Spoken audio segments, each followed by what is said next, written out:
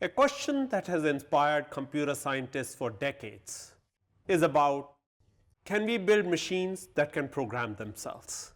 Now, to answer that question in its essence, we really need two aspects.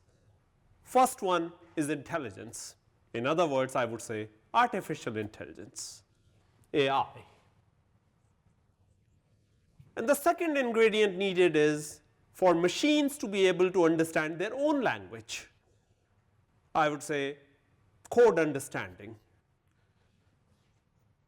Code understanding. To result in an area that we are going to dive deeper into today called AI for code. Now, significant progress has been made over last decade in artificial intelligence itself. If I were to look at what were the major foundational pillars that resulted in those breakthrough innovations which is percolating through our society today, they were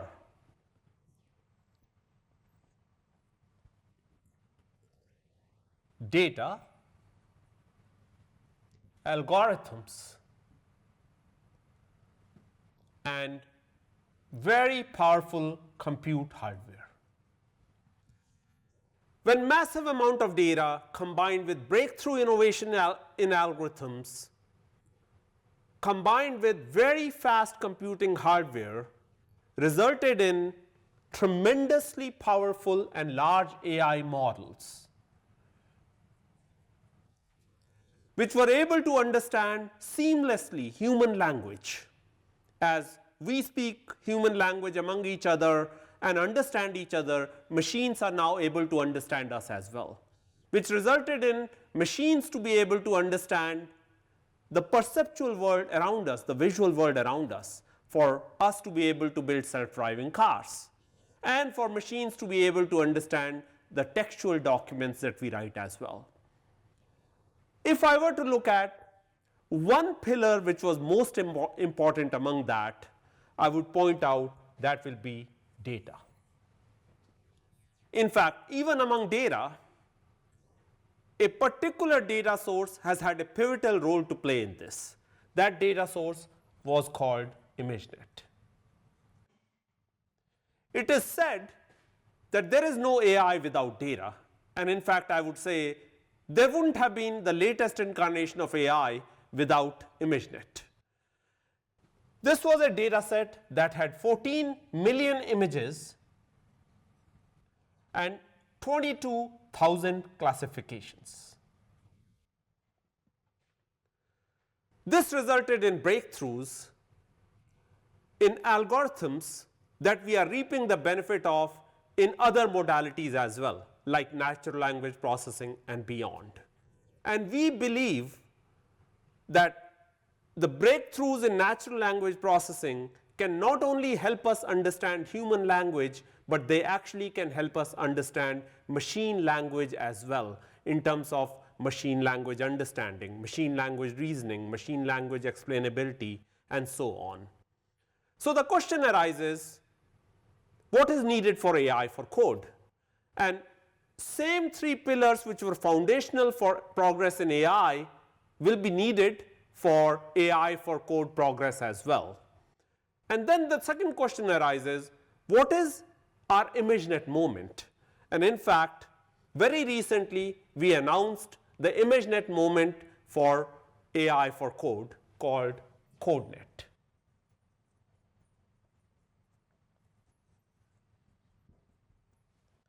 CodeNet has, just like ImageNet, 14 million code samples in 55 different programming languages, and to top it off, 500 million or half a billion lines of code. It's a massively large, first of a kind data set which is available to researchers and developers alike in open, to be able to make massive progress in algorithms for AI for code, to bring together these three pillars so that we can accomplish tasks like code language translation,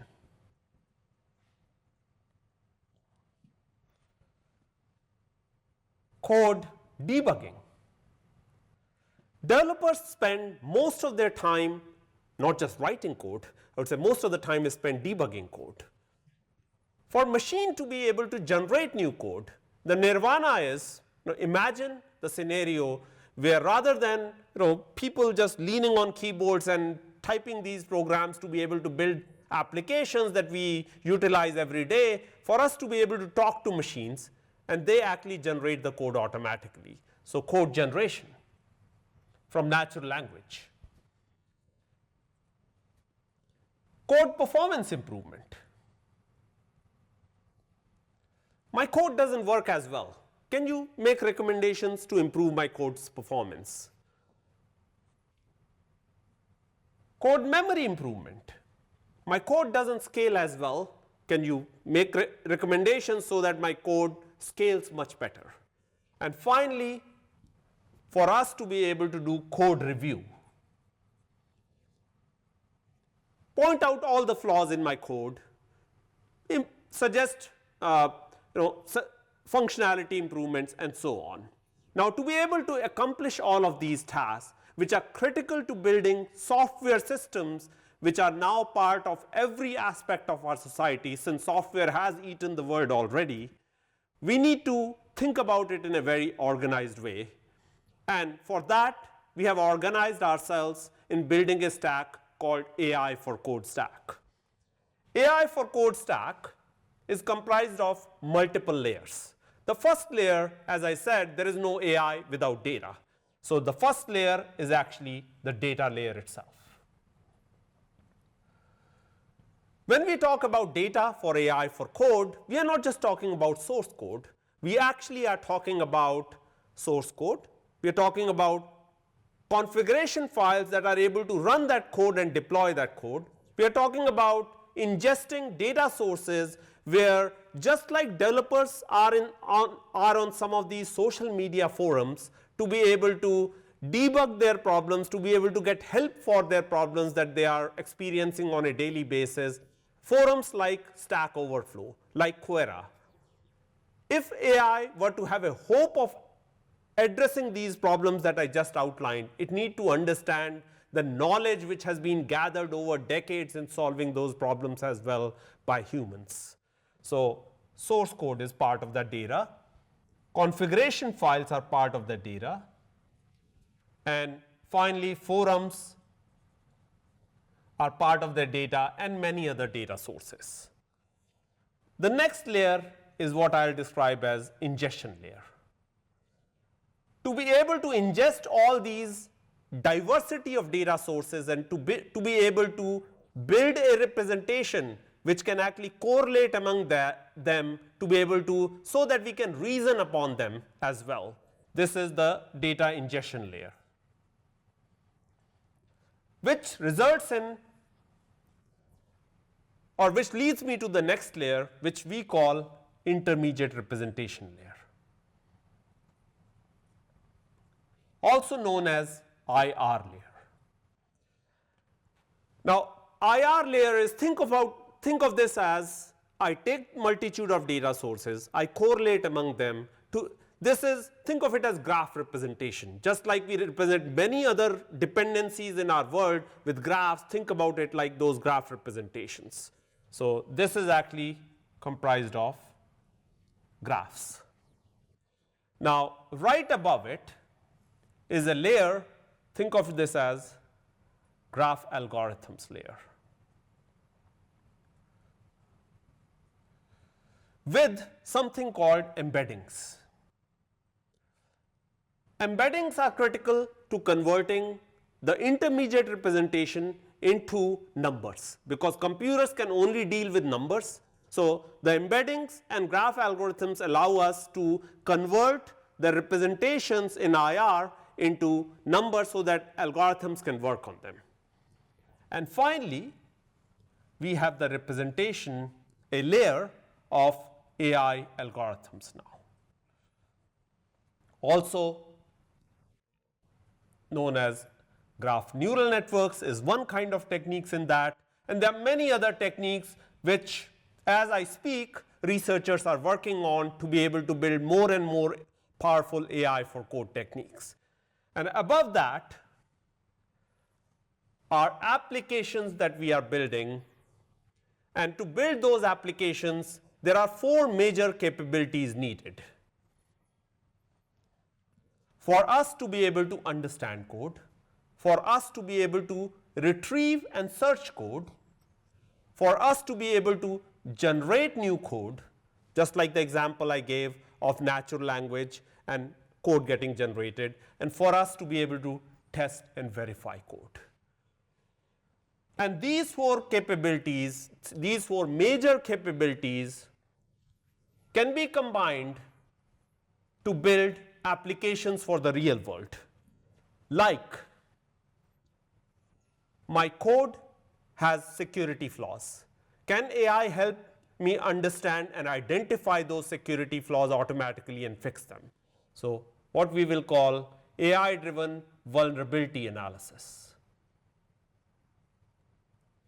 Another key applications.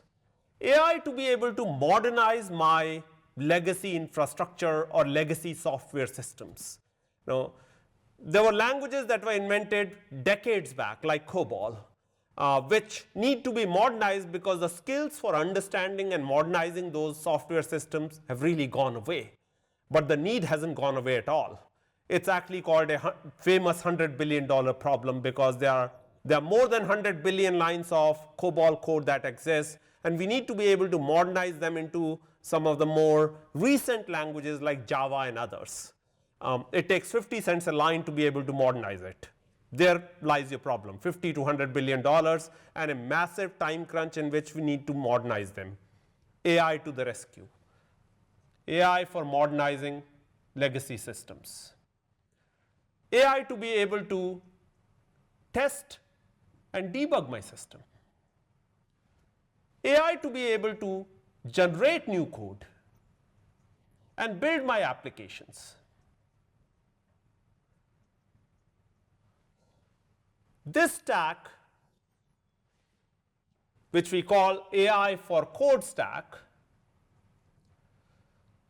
and the progress that we can make in connecting data through algorithms, and finally to compute hardware and connect all of these 3 together to give rise to massive innovation which will result in answering the question that computer scientists have pondered for decades.